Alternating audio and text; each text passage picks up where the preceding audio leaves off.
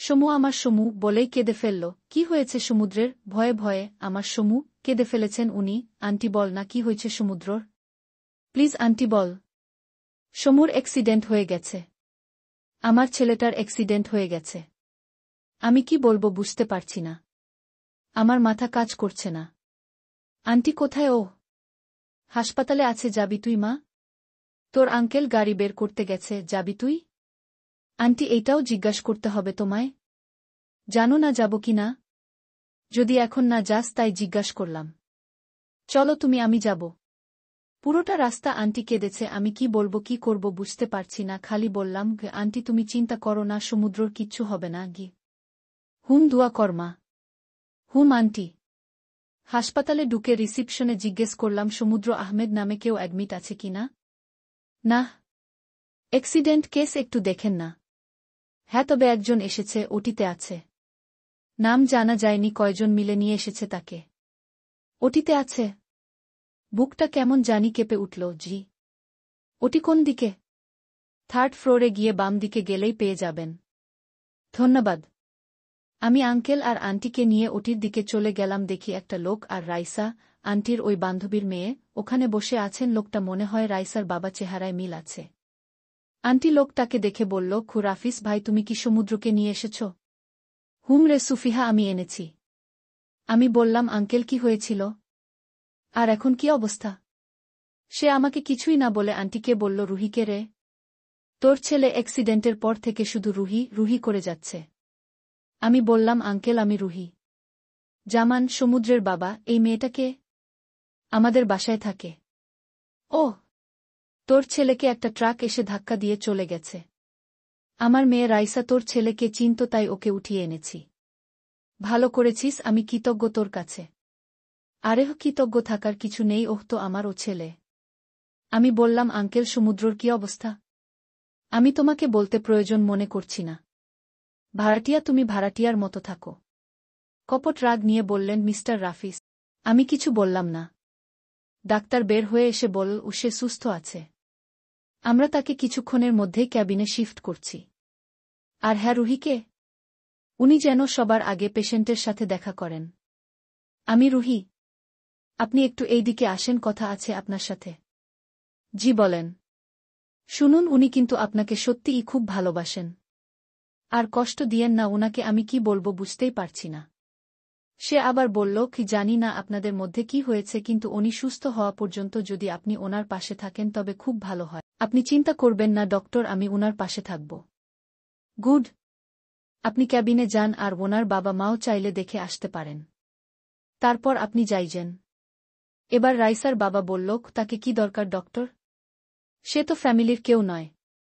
আপনি ও তো মনে হয় ফ্যামিলির কেউ নন। ডাক্তার, তো আমিও আপনাকে বলার প্রয়োজন মনে করছি না। আর হ্যাঁ, আপনারা চাইলে থাকতে পারেন রাতে তার সাথে, কিন্তু রুহি যেন থাকেই। আঙ্কেল বলল, ও থাকবে। রাইসার বাবা বলল, ভাড়াটিয়াকে তোর ছেলের কাছে থাকতে দিবি? আন্টি বলল, ভাই ও আমার মেয়ের মতো। আমি ওকে খুব বিশ্বাস করি। বলতে বলতে আমাদের সামনে দিয়ে সমুদ্রকে নিয়ে গেল ক্যাবিনে। মাথায় আঘাত পেয়েছে, হাতেও আঘাত পেয়েছে। এই অবস্থায় দেখে খুব খারাপ লাগছে, কান্নাও পাচ্ছে। ডাক্তার বলল, বাড়ির লোক গিয়ে তাকে দেখে আসুন। আর রাতে রুহি যে উনি থাকলেই ভালো হয়। রাইসার বাবা এইবার বলে উঠলেন, ওহ তো ফ্যামিলির কেউ না, ও কেন থাকবে? আপনি ও তো ফ্যামিলির কেউ না, আপনি কেন মাঝখানে কথা বলছেন বারবার? ডাক্তার, এইবার সমুদ্রর বাবা বলে উঠল, ডাক্তার সাহেব রুহি রাতে থাকবে। রুহি তুমি আমার সাথে এসো। Doctor, GB. বসো। জি বলেন। ভালোবাসো খুব ওই ছেলেটাকে? না। তাই? জি। ও কিন্তু তোমায় ভালোবাসে। থাক না এসব কথা। হ্যাঁ তাই ভালো, তোমাদের ব্যক্তিগত ব্যাপার। আচ্ছা শুনো, সব রোগ কিন্তু ভালোবাসা দিয়ে সারানো যায়। আর ওর ভালোবাসার হয়তো বেশিই প্রয়োজন। আচ্ছা আমি আসি। রুহি, হুম যাও। ডাক্তার এসে দেখি রাইসা আর ওর বাবা বাইরে দাঁড়িয়ে আছে। আমি রাইসাকে বললাম, কি ধন্যবাদ। রাইসা শুধু হাসল আর বলল, আপু আমি থাকতে পারব? মেয়েটার চোখে সমুদ্রর জন্য অন্য কিছু দেখলাম। পছন্দ না, শুধু তার থেকেও একটু বেশি কিছু, হয়তো ভালোবাসা। কথাটা ভাবতেই বুকের ভেতর কেমন জানি করে উঠল। আমি বললাম, ডাক্তার আঙ্কেলকে বলে দেখো কি বলেন। আচ্ছা আমি যাচ্ছি বলতে। এইবার রাইসার বাবা বলল, এই তোমার সমস্যা কি, কি চাইছ তুমি? অনেকক্ষণ থেকে এই লোকটার আজাইরা কথা সহ্য করতেছি, এইবার কিছু বলেই ফেলব ভাবলাম, তখনই আঙ্কেল আর আন্টি বেরিয়ে এলো, আর কিছু বলা হলো না। আন্টি বলল, রুহি তুই ভিতরে যা, সমুর এখনো জ্ঞান ফিরেনি। জ্ঞান ফিরলে আমাদের জানাস, আমরা বাইরেই আছি। তোমাদের বাইরে থাকার দরকার নাই, তোমরা বাড়ি চলে যাও, গিয়ে রেস্ট নাও, সকালে আবার এসো। আমি আছি তো এখানে। নাহ নাহ, আমরা বাইরেই থাকব। না থাকবে না, তোমরা যাও। তোমারাও অসুস্থ হতে চাও? যাও, বাড়ি যাও। আচ্ছা। মন খারাপ করে রাইসা এসে বলল তাকে পারমিশন দেয়নি। মেয়েটা মন খারাপ করেছে। আমি বললাম, যাও তুমি ওকে দেখে এসো। তারপর আমি যাব।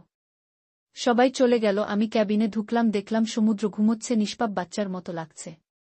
অনেকক্ষণ তাকে দেখতেই থাকলাম, খুব ইচ্ছে করছে একটু ছুঁয়ে দিতে, আবার একটা ইগোও কাজ করছে। ইগো জিতে গেল আর আমি হেরে গেলাম। তারপর সোফায় গিয়ে বসলাম।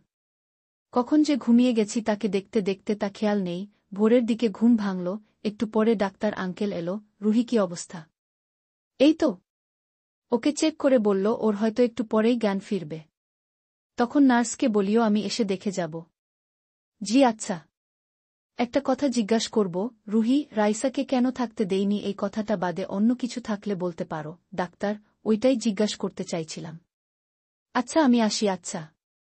বসে বসে আমাদের আগের কথা, স্মৃতিগুলো ভাবছি। ভাবছি সানবির সাথে ওর কত কিনা নিজের চোখে দেখেছি।